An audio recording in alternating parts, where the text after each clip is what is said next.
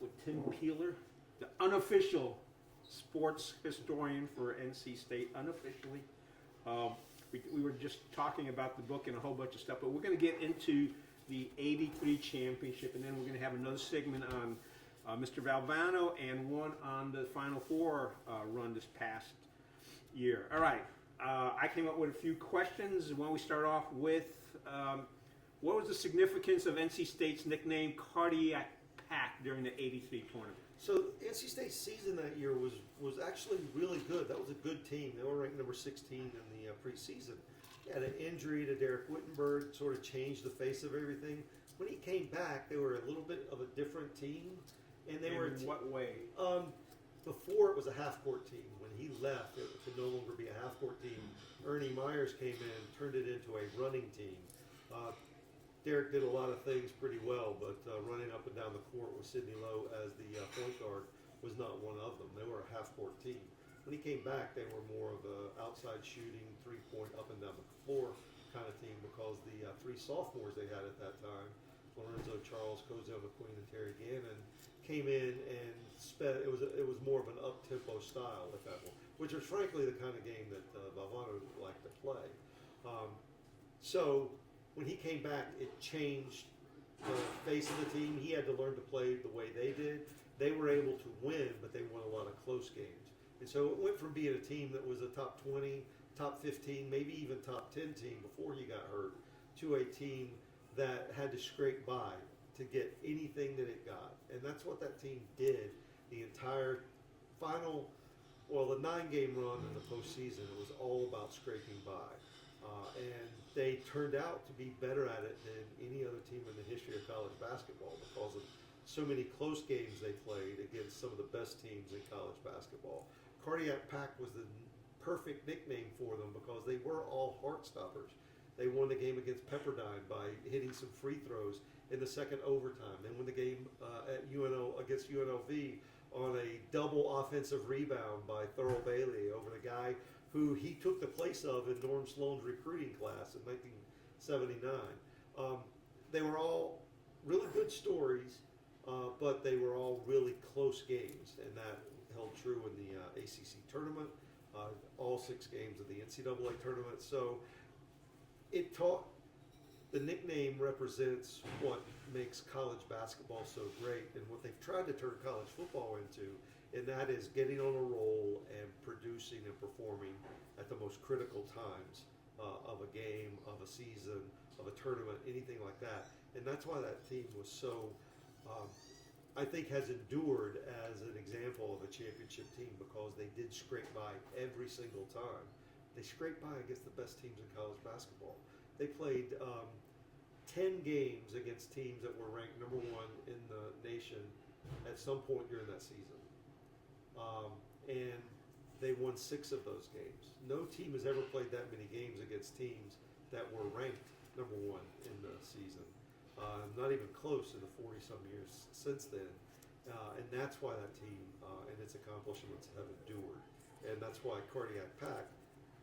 When did that name come about during the season? And was it? It was not during the season at all. It wasn't. No, it was during the postseason run.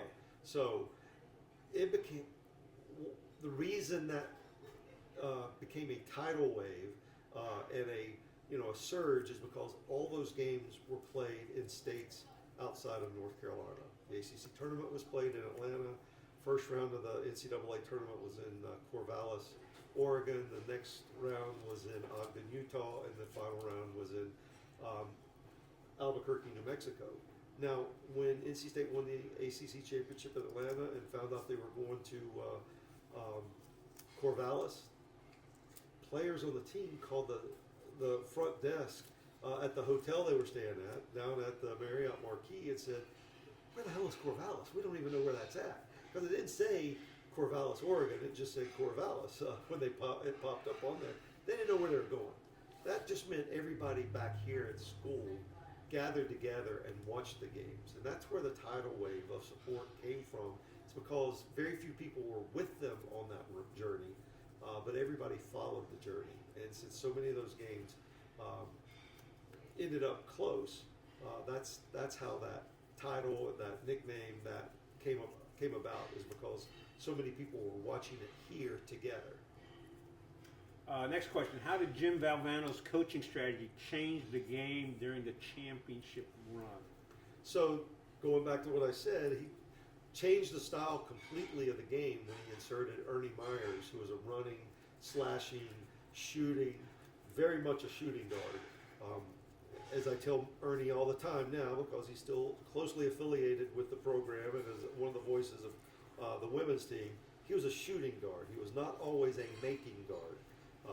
So he took a lot of shots in his career. But he was one of those guys who would go up and down the court, and other guys came with him when he did that. Coach Valvano changed his style to do that, but he also changed his style in that he decided early in the postseason run that he was going to make people beat them. He was not going to lose to them. He was going to make people beat them, and a lot of that happened at the free throw line, and that's when he created his survive and advance mentality to put people in line, make sure, put somebody on the line like he did at Pepperdine in the first game. Top free throw shooter in Pepperdine history, then at that point and still today, Dane Suttles, and he missed 2 front ends of 1-and-1 to help NC State beat them in that game. That's the strategy that he's most famous for, but what really happened was he changed the style of his team midway through the season to prepare them for that postseason run. Yeah, the thing I found out from Ernie is actually he played for Talentine High School up in New York, and Yep. I went to school at Regis, and we used to play against them. I was a basketball manager, and we weren't there the same years, but they always used to beat our butts. Talentine was a good basketball school. And Brooklyn Tech, which is where Lorenzo went to school. Yep. I don't know what kind of a basketball mentality they had at Brooklyn Tech, because that was you applied for that school. Yes. It was a selective school, right? Yeah. There's certain schools in New York City, even to this day, where you have to take a test to be able to get into it. So. Right. And we never played them, so I wasn't familiar with them. But Talentine, yeah. I remember it was fun to go up and play against them because they always had good players, but they usually used to beat the heck out of them. And that was good organized street ball, right? New York style play. Actually, that's play. probably the best way to do it. And, Yeah. and the coaches would just get the kids to play together. Right. And I think maybe when we talk about Jim Valvano, maybe that's, well, we did talk about him because he incorporated that. Yep. All right, we already talked about this in the beginning portion, but can you recount the moment of Lorenzo Charles' game-winning dunk in the championship game? So I was at home watching it with my dad and my mom in the living room of our house in Lincoln County, and when he went up, watched the whole possession, basically on the edge of my seat, and then when he went up and caught the missed shot and dunked it, I jumped straight up into the air. We had a low-hanging, certainly it was not a chandelier, it was a light fixture on a chain, and I landed right in the middle of it, jumped up, it rattled around, and it was one of the few times, ever since then I haven't really celebrated as a fan in the same way I was able to in that as a high school student. All right, next question. We touched on this already, but what was the impact of Dereck Whittenburg's injury on the team's performance during the regular season? You said he was out. Ernie came in. Valvano changed the style of play. What was his injury, and how long was he out for? So he had scored, 27 points in the first half against Virginia. I believe it was January the 7th or 8th. Virginia had Ralph Sampson and Phil Wilson. Great basketball team. NC State was beating them. They had not beaten them since Whittenburg's freshman year. Virginia was the best team in America, everybody thought, because they had the absolute very best player that anybody had ever seen in college basketball, in Ralph Sampson. That was the way it was portrayed at the time. And they were winning. And then he, at the very beginning of the second half, comes down, takes a jump shot, lands on Othell Wilson's foot, turns it over, breaks the same foot he had broken in high school at DeMatha Catholic High School in D.C. or Hyattsville. And they thought his season was over. They thought his career was over. And basically that NC State season was over because Whittenburg was not going to be there anymore. Whittenburg has always said he never thought that was the end of his senior year or his career because he had suffered the same injury in high school and was able to come back and play for a state championship team. He knew he was going to be able to come back. What he didn't know was how much the team was going to have changed by the time he came back, and that's because the three sophomores, Lorenzo Charles, Cozell McQueen, Terry Gannon, and some other players who had previously just been, small contributors because they were so young. They became the center of that team of what it was becoming because they had matured. When it got down to the end of the season, Lorenzo Charles scored the game-winning points in 3 of the 9 postseason games. That's how reliant they became on a player like him because he could start doing those things. Before Dereck went down, he didn't necessarily have the same kind of confidence because he was relied on and because Cozell was relied on for rebounding and defensive presence. They changed and they grew up in a hurry because Dereck was gone. How long was he gone for? I think he missed 9 games. Okay. One of those things I didn't look up immediately, but it was a big chunk, and it was all ACC games. So they were getting Duke thrown at them. They were getting Carolina and Maryland and all these really good teams coming at them in a lessened state. So they had to make some changes and do some things differently. They go over to Durham, Cameron Indoor Stadium. Ernie Myers is a freshman, got thrown into the lineup and scored a ACC record that still stands today, 33 points at Duke as a freshman. It's I'm kind just of a laughing big deal. because and Cameron, with the crazies and the crowds. Yep. Duke was not that good at that point, but that was when Krzyzewski was starting to turn things around there. But that record still stands. So they had to rely on different people to do different things, and that was the legacy of Whittenburg being gone. Had he stayed in the lineup or had he played the whole time, that team would have still been a half-court team because of the three-point shot. It would have still been a little bit plodding, maybe not as up and down as it could have been. But when he went out, they changed more to an up-tempo style. Now this may be an unfair question, but if he hadn't gotten hurt, would they have been able to be the cardiac pack or not? It sounds like they were playing a different style of ball. They were not the same team when he came back as they were when he left. And so how do you know to answer that question? But they had different weapons they could go to. Like I said, Lorenzo Charles grew up in a hurry because of that. Terry Gannon offered something different because he could shoot from the outside when it was an experimental year for the three-point line.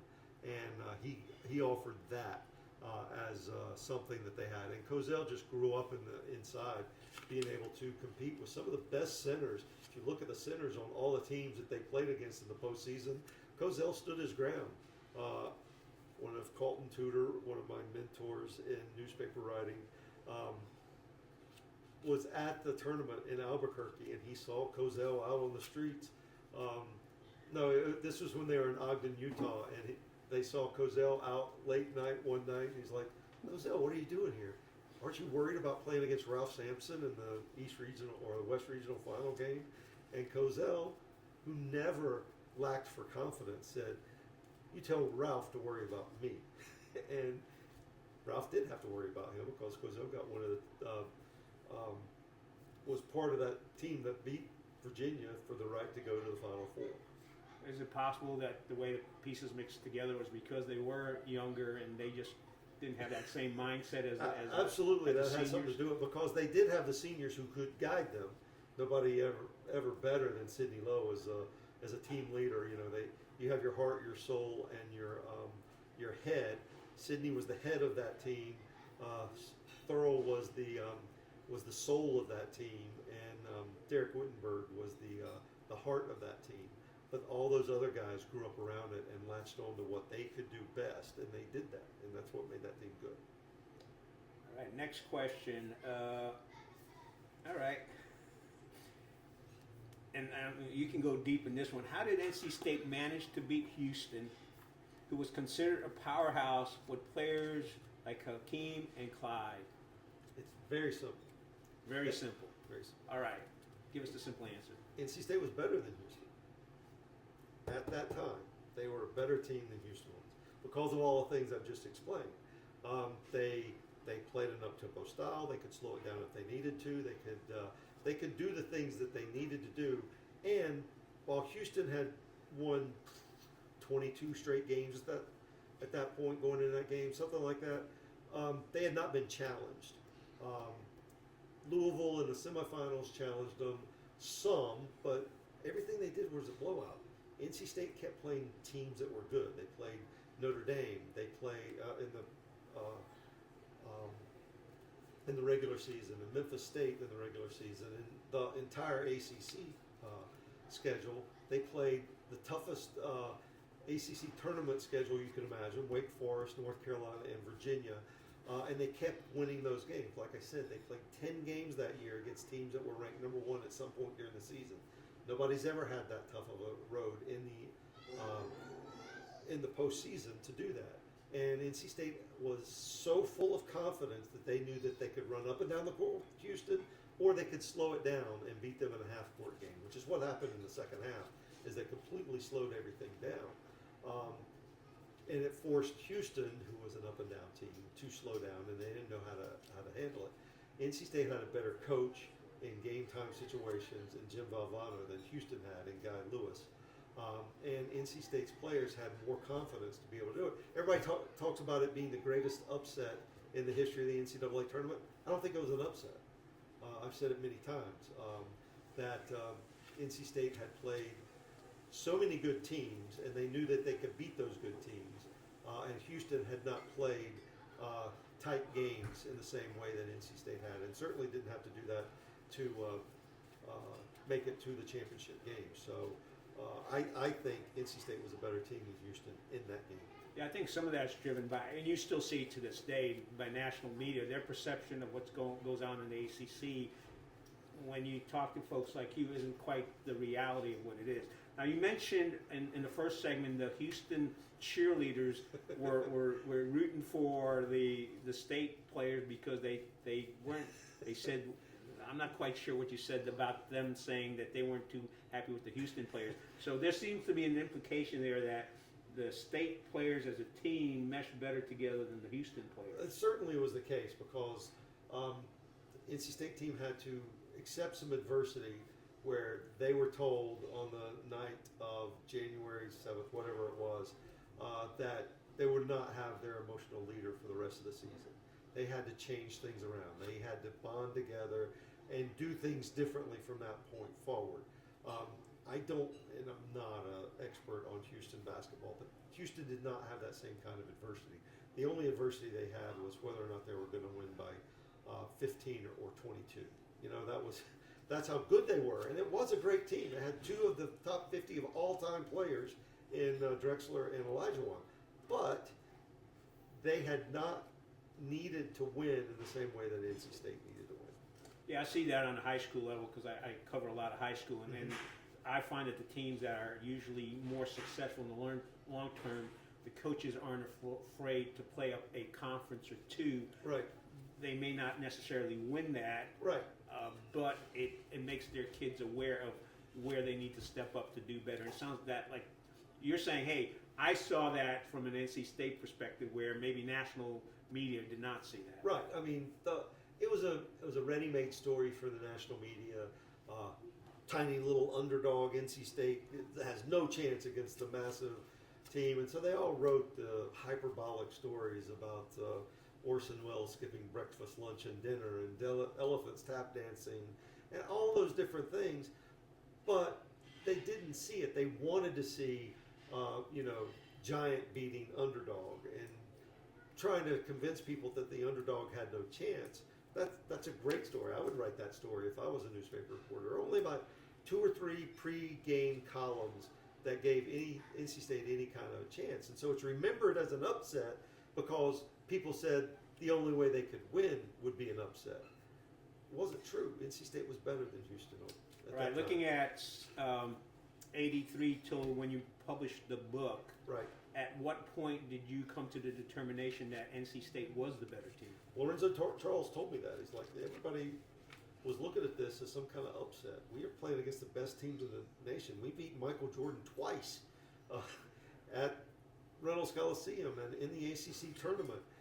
We were playing against and that was a great era of ACC basketball.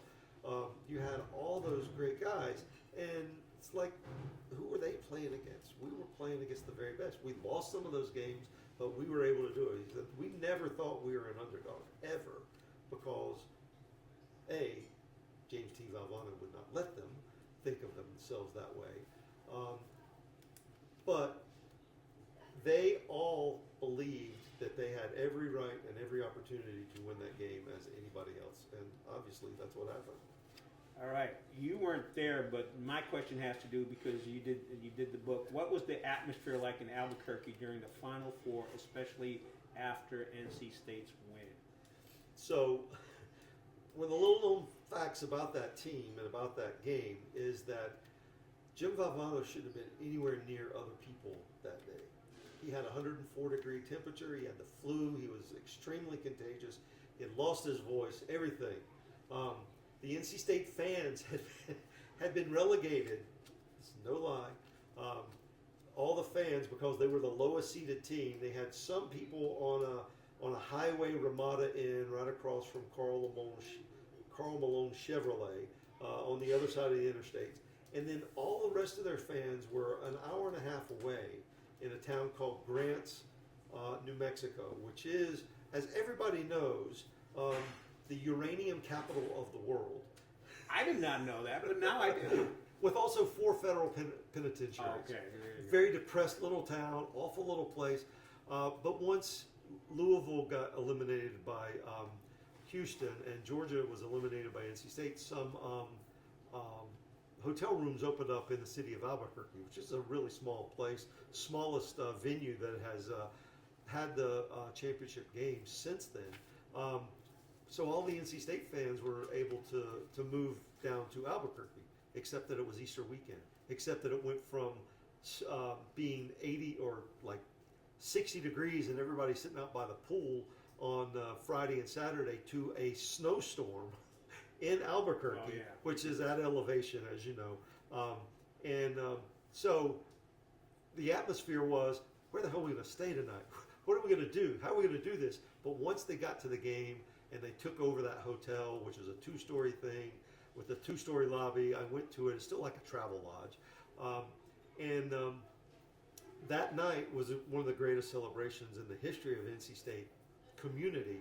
But Valvano could barely get out of his room because of the flu to go out and say a few words from the upper balcony. He waved and he went back in and he collapsed because he also had a double hernia that he needed he had to have surgery immediately after the championship. So Valvano came out and waved and then went back. That was it. And then I remember scenes of people just celebrating like crazy, and they did it all the way home on the charter flight. They got back to Raleigh and were greeted as heroes at Reynolds Coliseum on the streets of Raleigh and on Hillsborough Street. It was a huge, massive celebration, and because it was unexpected, it made it even better. It's just like what happened last year. Is because it was unexpected, it made it all the sweeter. All right. You already mentioned Jim wasn't feeling well that day, but what are some memorable quotes or memories or moments from Jim Valvano during or after that championship game? So I have a audio tape of the entire post-game press conference, and there's so many things. He had become a national media darling at that point, and everybody expected him to be on his game. He was sick. He did not want to be on his game. I still think one of the most brilliant things he ever said after a game was that he said, "I just wanted to tell you guys, my wife is pregnant. She doesn't know it yet, but she's gonna be.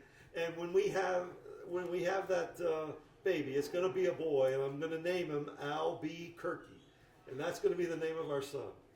But just the way he delivered the line, "My wife is pregnant. She doesn't know it yet, but she's gonna be," was one of the great things. And he did the obvious thing. It happened just the way we drew it up, blah, blah, blah. But it was a national stage. He was born to be on a national stage. And it was, just his time in the spotlight. And everything he threw out was stuff that had been planned for a long, long time to be able to talk about and celebrate a championship. All right, this is the last question before we get into the next segment where we'll be talking specifically about Coach Valvano. How had the legacy of the '83 team impacted NC State basketball and its fans over the years? I won't say it has been a disservice, but one of the things that has happened is that because it was such a long time between '83 and the national championship and '87 and the most recent ACC championship, is that fans wanted to relive that experience. Everybody wants to relive that experience whenever you have something like that. Both of those were unexpected championships, unexpected titles, and you wanted to live that. You also would love to have it as if you were the favored team through all that. From that '87 championship until the last year, there were only a few times when anybody ever thought NC State was,